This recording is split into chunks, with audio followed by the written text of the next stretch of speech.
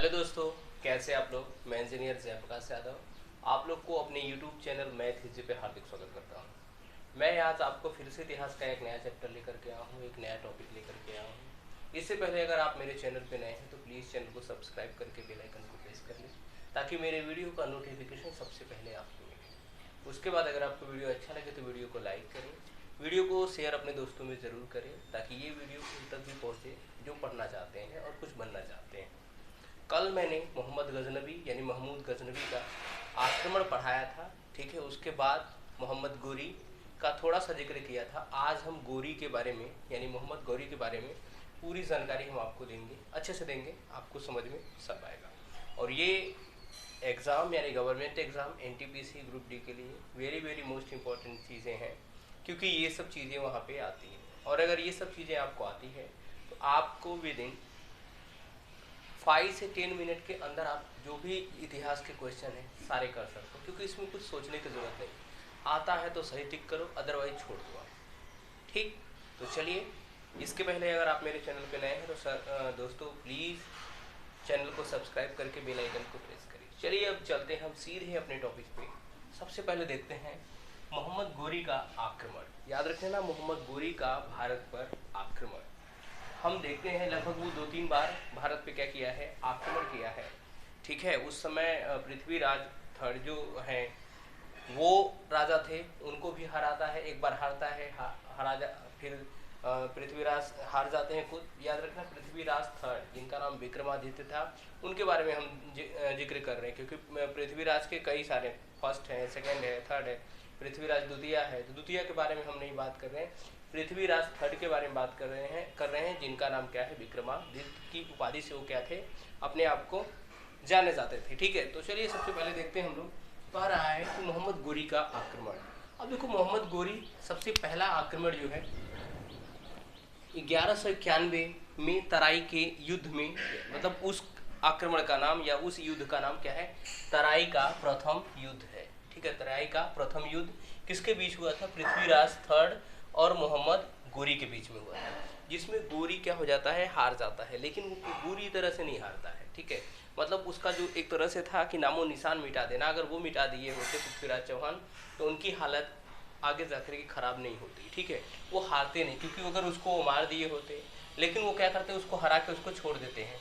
Prithviraj third का मतलब है, याद रखना, विक्रमादित्य, ठीक है। विक्रमादित्य के बारे में हम बात कर रहे हैं, अगर विक्रमादित्य भी आएगा तो भी क्या होगा, ऑप्शन सही होगा।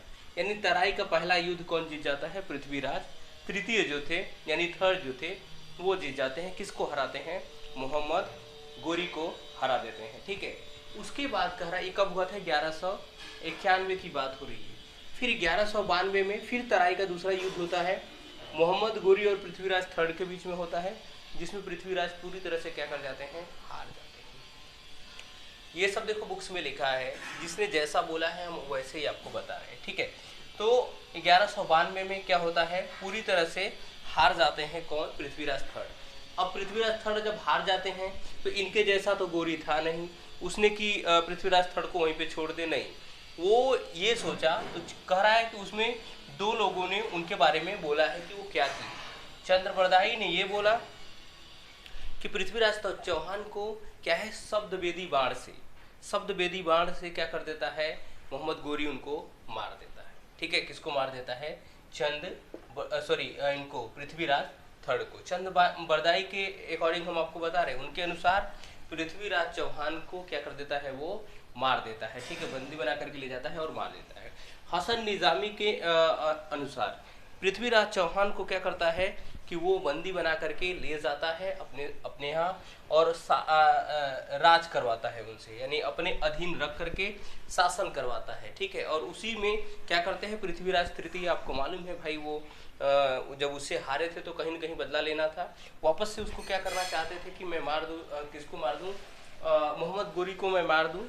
और जब वो कुछ छेड़छाड़ करते हैं, उससे मारने के लिए कुछ चालाकी करते हैं, फिर गोरी उनको क्या कर देता है, मार देता है। किसको मार देता है, पृथ्वीराज चौहान को, पृथ्वीराज जो थर्ड थे यानी विक्रमादित्य थे, उनको मार देता है और उनकी जीवनी वहीं पे खत्म हो जाती है, ठीक है।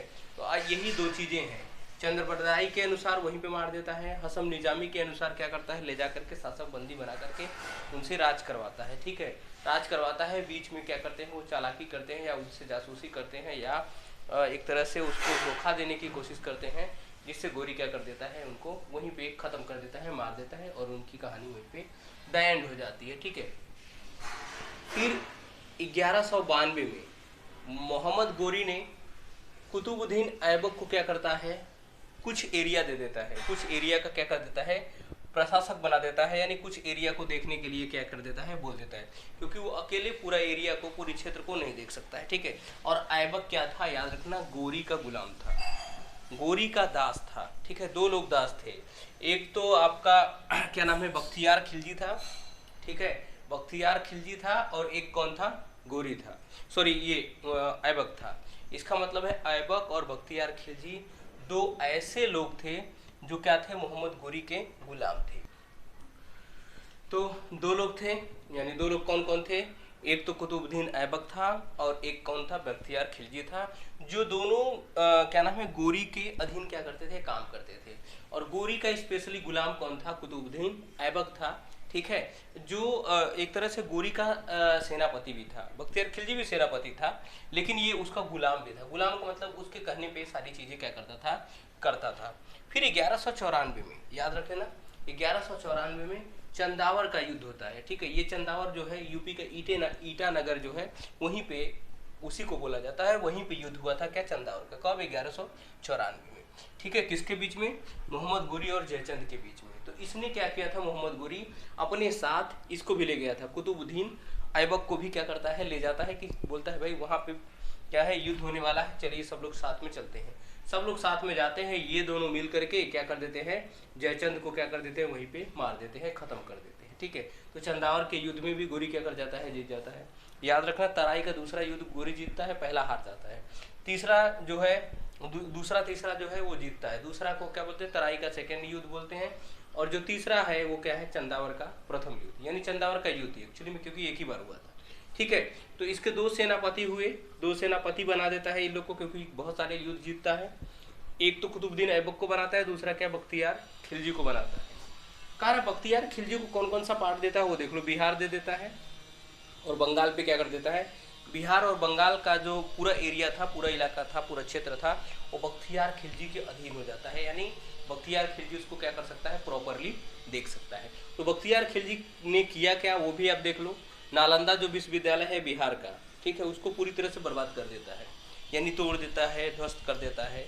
उन लोग का मोटिव यही था कि पढ़ाई लिखाई नहीं होना चाहिए, ठीक है, वो जो चाहे वो होना चाहिए, तो उसी के अनुसार क्या कर देता है, बर्बाद कर देता है। फिर विक्रमशिला विश्वविद्यालय जो है बंगाल का, उसको भी तोड़ देता है। ठीक है, उनका काम है, बहुत लोग तोड़े भी हैं, तोड़े फोड़े हैं, तो बख्तियार खिलजी ने ही, याद रख लो, विक्रमशिला विश्वविद्यालय को तोड़ता है। फिर आदंतीपुर, ये भी कहाँ है, बंगाल में, इस विश्वविद्यालय को भी क्या कर देता है, पूरी तरह से नष्ट कर देता है। ठीक है, कौन, बख्तियार खिलजी क्या करता है, नष्ट कर देता है। ठीक है, इसके पहले एक बार मंदिर टूटी थी, मैंने आपको बताया था, ऐसा मंदिर टूटा था, उसको भीम फर्स्ट ने बनवाया, सेकेंड ने बनवाया था। तो यहाँ पर भी क्या हुआ कि बंगाल का जो, सॉरी, बिहार का नालंदा विश्वविद्यालय, उसको बख्तियार खिलजी तोड़ा, विक्रमशिला को भी तोड़ देता है, और आदंतीपुर विश्वविद्यालय को भी पूरी तरह से बर्बाद कर देता है। ये दोनों क्या थे, मोहम्मद गोरी के क्या थे, सेनापति थे। ठीक है, आगे ऐबक क्या करता है 1195 में, ठीक है, कह रहा है कि अहिलवाड़ा के शासक भीम सेकेंड, याद रख लेना, भीम सेकेंड को क्या कर देता है, भीम सेकेंड से युद्ध करता है। कौन, ऐबक और अहिलवाड़ा के शासक जो भीम थे, इन दोनों के बीच में 1195 में होता है युद्ध, और इसमें ऐबक क्या कर जाता है, हार जाता है। इन लोग का देखो, जो ये राजा थे, इनका एक काम था कि अगर ये जीत जाते थे तो उसको पूरी तरह से मारते नहीं थे, जीतने के बाद उसको ख़त्म कर देना चाहिए, ताकि इसका यहीं पे स्टोरी ख़त्म हो जाए, लेकिन ये छोड़ देते हैं। बाद में फिर से क्या करता है, देखो, फिर से 1197 में क्या करता है, फिर आक्रमण करता है, और क्या कर जाता है, भीम सेकेंड को हरा करके जीत लेता है। क्या, उनका मतलब राज जो है वो क्या कर जाता है, जीत जाता है। कौन, कुतुबुद्दीन ऐबक, यानी भीम को वहीं पे क्या कर देता है, मार देता है। फिर कह रहा है कि 1203 में 3 ईस्वी में कह रहा ऐबक ने चंदेल के जो राजा थे, कौन, परम अर्दिदेव से क्या करता है, युद्ध करता है और उनको हरा देता है, समझे। यानी पहला में हार जाता है भीमसेकन से, लेकिन दूसरे में क्या करता है, फिर उस पर आक्रमण करके उसको भी जीत लेता है और इसको भी अपने राज्य में क्या कर लेता है, मिला लेता है, ठीक है। फिर 1206 में गोरी की हत्या हो जाती है, याद रख लेना, सिंधु नदी के किनारे वो नमाज पढ़ रहा था, ठीक है। तो पंजाब के कुछ लोग अपना बदला लेने के लिए क्या कर देते हैं, मोहम्मद गोरी को मौत के घाट उतार देते हैं, यानी उसकी हत्या कर देते हैं। किसकी, मोहम्मद गोरी की हत्या कर देते हैं, किसमें, 1206 ईस्वी में। जब 1206 ईस्वी में गोरी मर जाता है, याद रख लेना, 1206 ईस्वी में सिंध नदी के किनारे वो क्या कर रहा था, नमाज अदा कर रहा था। उसी समय कुछ लोग थे जो पंजाब के, क्योंकि वो बदला लेना चाहते थे, बहुत सारे वो क्या नाम है, टैक्स वगैरह ये सब चीज़ें भी जनता पे लगाने की कोशिश कर रहा था या जनता को प्रताड़ित कर रहा था, जिससे जनता भी क्या थी, बहुत मायूस थी। इसलिए उसको क्या कर देते हैं, 1206 में मार देते हैं, हत्या कर देते हैं। उसके बाद गुलाम वंश का क्या होता है, नींव रखता है कौन, कुतुबुद्दीन ऐबक, ठीक है। गुलाम वंश कैसे आया, गुलाम वंश का क्या मतलब है, गुलाम वंश ऐसे आया कि मोहम्मद गोरी का जो था गुलाम था कौन, कुतुबुद्दीन ऐबक, इसलिए उसने गुलाम वंश का क्या किया, स्थापना किया। और गुलाम वंश 1206 से 1210 तक ऐबक क्या करता है, उसको आगे तक प्रोसीड करता है, यानी चलाता है, ठीक है। किसने, कुतुबुद्दीन ऐबक। इनके बारे में भी थोड़ी जानकारी हम ले लेते हैं। ये गोरी का गुलाम था, याद रख लेना, ठीक है। इसको लाख बख्श भी बोला जाता है। लाख बख्श इसलिए बोला जाता था कि कुतुबुद्दीन ऐबक लाखों का दान करता था, ठीक है। वो दान वान ये सब चीज़ें क्या करता था। इनकी कुछ देखो बहुत सारी बुराइयां हैं तो थोड़ा बहुत अच्छाई भी है, ठीक है। ये लाखों का क्या करता था, दान करता था, इसलिए इसको क्या बोलते थे, लाख बख्श बोलते थे। दूसरी बात क्या है कि कुतुब मीनार को बनाने वाला जो है वो यही है, कुतुबुद्दीन ऐबक। कुतुबुद्दीन ऐबक ने क्या किया था, कुतुब मीनार को बनवाया था, लेकिन पूरी तरह से इल्तुतमिश ने बनवाया।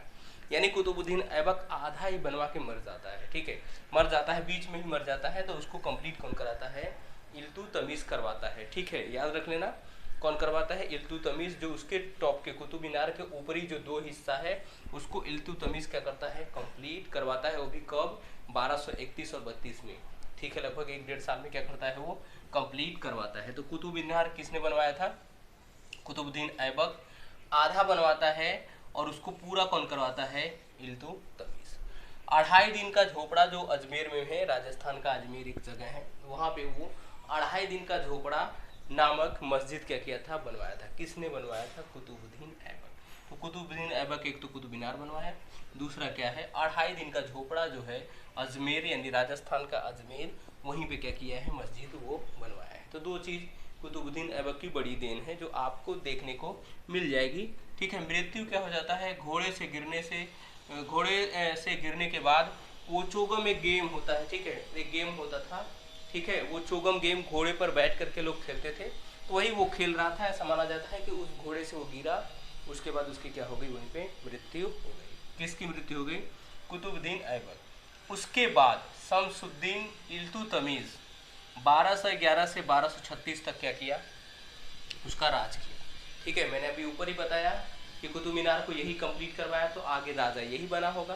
तो शासन चलाया कब, शमसुद्दीन इल्तुतमिश ने 1211 से लेकर के 1236 तक क्या किया। हाँ, दूसरी बात, जो गुलाम वंश का जो राजधानी थी वो लाहौर थी, ठीक है, लाहौर थी, यानी ऐबक ने लाहौर को अपनी राजधानी बनाया। फिर उसके बाद जब इल्तुतमिश आया तो उसको दिल्ली तक लेके आता है। इसको दिल्ली सल्तनत का इतिहास भी बोलते हैं, ठीक है, अब उसमें भी ये आता है।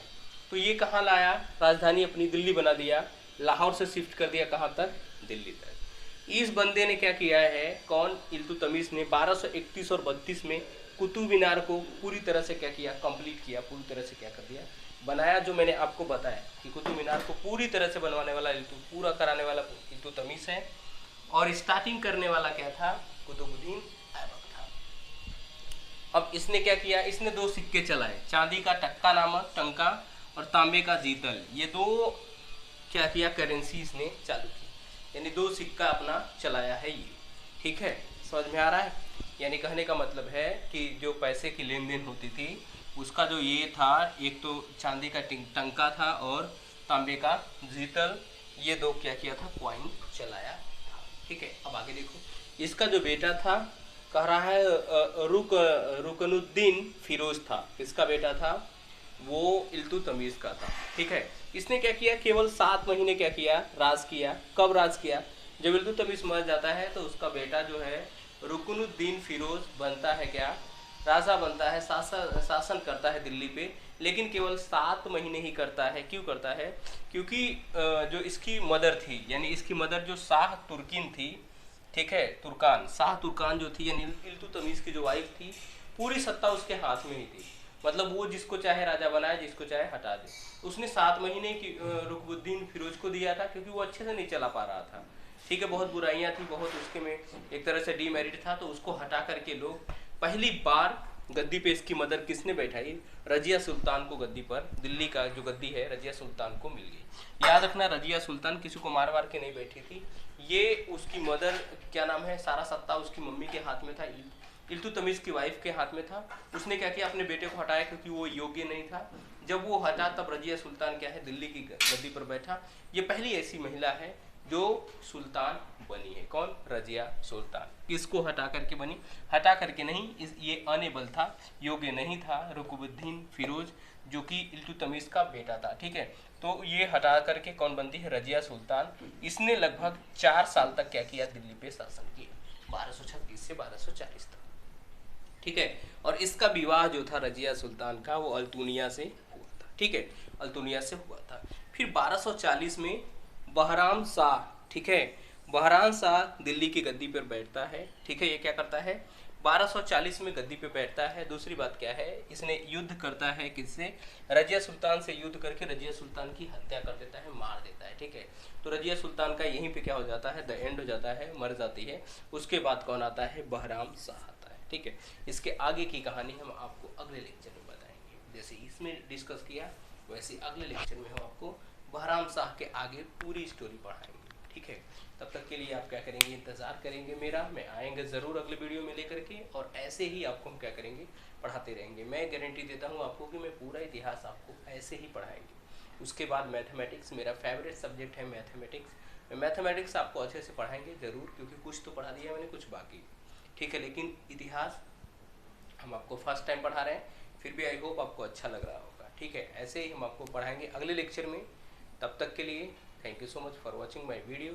लेकिन अगर वीडियो पे नए हैं तो प्लीज़ वीडियो को लाइक करना, वीडियो को शेयर करना, चैनल पे नए हैं तो चैनल को सब्सक्राइब ज़रूर कर लेना, ताकि ये ऐसे ही वीडियो आपको हमेशा मिलती रहेगी, उसका नोटिफिकेशन आपको सबसे पहले मिले।